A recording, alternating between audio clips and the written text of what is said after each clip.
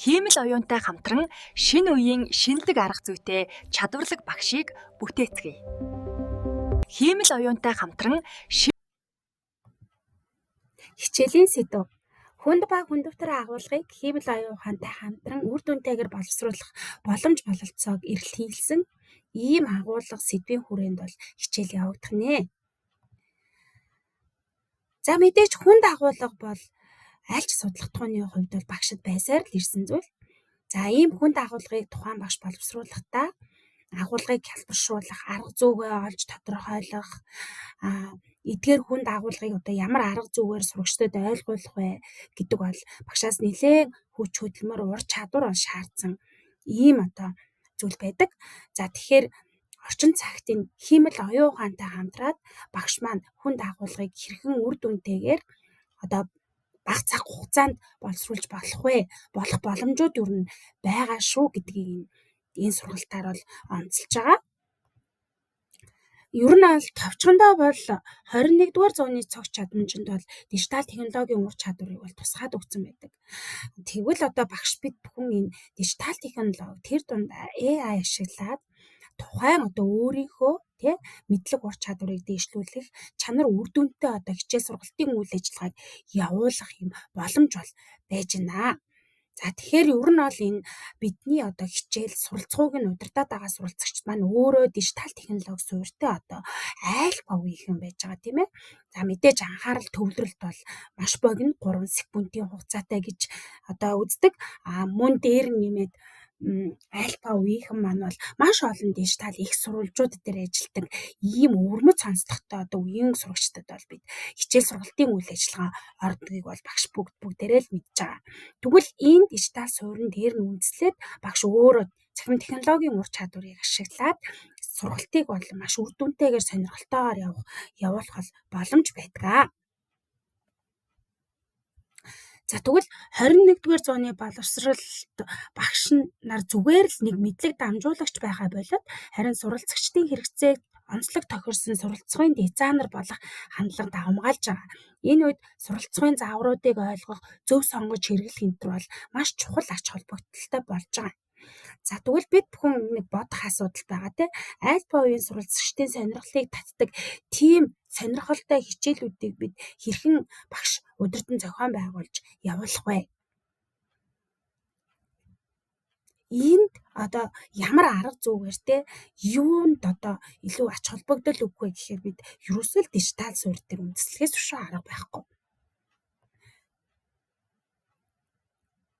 За тэгвэл багш нарт маань бол ер нь зөвхөн зөндөө олон ажил байдаг тийм. Зөвхөн сургалтын хөтөлбөрийг боловсруулж түүнийгээ хэрэгжүүлж үр дүн тооцох явцад одоо багшаас бол нэлээд хүч хөдөлмөр, цаг хугацаа, мэргэжлийн ур чадвар бол шаарддаг гэдгийг бол түрүүхэн хэлсэн. Тэгвэл эдгээр зүйлээ тийм ээ бид хиймэл оюун ухаан ашиглаад хялбаршуулж болох уу гэвэл болно гэсэн ийм одоо дүгнэлттэй хүрж байгаа. Яагаад гэвэл ойрын хугацаанд бол энэ хиймэл оюун ухаантныг ашиглаж одоо тухайн одоо багш гэлтгүй мэргэжлийн чиглэлд одоо үр дүнтэйгээр ашиглаж байгаа юм одоо зүйлүүд бол нэлээд байж байгаа. За тэгвэл Google-ийн хиймэл оюун ухаан буюу Gemini, James-ийг ашиглаад өөрийн одоо туслагч хиймэл оюун ухааныг яаж үүсгэх вэ? Тэгээд түүгээрээ дамжуулж одоо хүнд агуулга болон бусад агуулгын сэдвүүдийг маш сонирхолтойгоор үр дүнтэйгээр суралцж төвтэй арга зүйгээр хэрхэн боловсруулж одоо багш хичээлээ удирдах вэ гэдэг ийм арга зүйд бол суралцах ийм хичээл байж байгаа. Тэгвэл бид багш нар нэмхийн AI-ийг бид гээд ийм хоёр талаасаа AI багш гэж хоёр одоо зүйл ингэж нэгдэж байвал орчин цагийн өндөр бүтээмжтэй багшийг бол бий болох нэ гэж ингэж үзэж байна. За тэгвэл багш нар нэмхийн AI гэсэн энэ одоо хосолсон аргыг хэрэгснээр шинэ үеийн суралцахын дизайнер, шинэ зууны чадварлаг багш, бүтээмж өндөртэй альфа болон бета үеийн суралцагчдын суралцахыг удирдан чиглүүлдэг багшийн дүр төрхийг бид нар бий болгож болохоор ингэж харагдаж байгаа. Багш маань зөвхөн сургалтын хөтөлбөр хэрэгжүүлэхдээ одоо дараах ийм олон одоо ажлуудыг бол хийдэг бай. Тийм ээ. Тэгвэл энэ ажиллагаа AI-тай хамтарч хийснээр багшийн бүтээмж нэмэгдэнэ. За мөн энд зарцуулж байгаа цаг хугацаа маань бол богино болно гэж ингэж үзэж байгаа. За тэгвэл бид бас өөрсдөөсөө асууж авах хэрэгтэй те. Орчин үеийн багшийн ур чадвар ямар түвшинд байгаа юм бэ те? Бид ер нь ямар суралцагчдын суралцгыг удирдах байгаа юм бэ гэдэг ийм зүйлийг бол ялцчгүй бодох хэрэгцээ шаардлага бол үүссэн байна.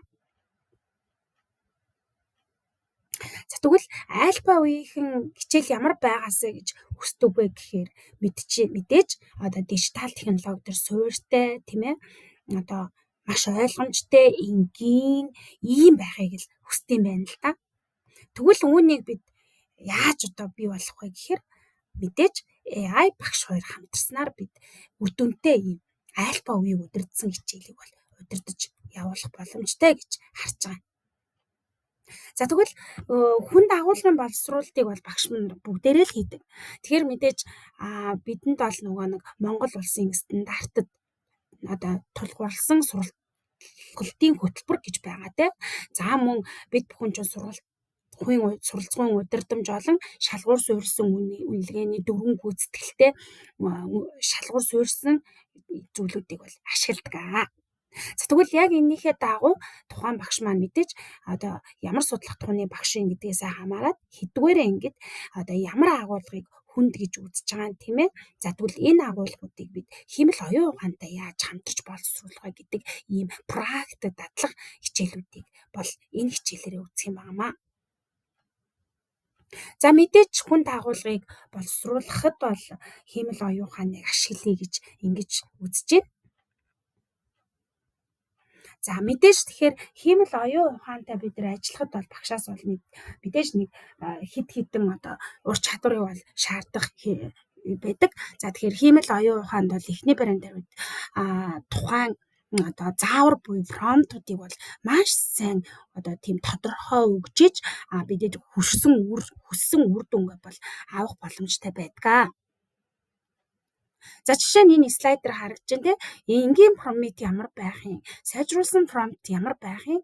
За илүү хангалттай дажгүй промптууд ямар байх юм гэж байгаа. Тэгэхээр бид илүү дажгүй промптуудыг бичихын тулд дүр үйлдэл гэсэн ийм нэг хоёр зүйл дээр нэлээд анхаарчих хэрэгтэй тийм ээ. За дүр нь болохоор мэдээж тэр цаана AI гардаа ямар нэгэн дүр олгоно л гэсэн. Тэгвэл чи бол ахлах ангийн за харуу зүй сайтай туршлагатай багшаа тийм ээ. За тэгвэл чиний үйлдэл чинь болохоор 12 дугаар ангийн сонгон судлага агуулгын тийм ээ эргэлтийн динамик сэдвийн инерци момент гэдэг ийм хичээлийг бид шинжлэх ухаан арга зүйгээр 5E загвараар боловсруулах гэж байгаа маа гэд яг тэрийг тодорхой хэлж өгнө гэсэн. За мэдээж тэгээд хичээлийн сэдв бол тавигдан тэгээд бүтцэн нь болохоор гэхээр нөгөө нэг яг энэ хичээлийг ямар арга зүйгээр явуулах гэж байгаа юм бэ гэдгээ бүр маш сайн тийм ээ энэ заавар дээрээ бол тодорхой өгсөн байх шаардлагатай. Ингээд бид яах вэ гэхээр Google-ийн Gemini, James-ийг ашиглаад хэмэл оюун ухаан өөрийн туршлагыг хөтөлбөрийн туршлагыг яаж өсгөх вэ гэдэг рүүгээ орё. Энд болохоор нэг богинохон хэмжээний бичлэг оруулсан. За тэгээд бүгдээрээ яах вэ гэхээр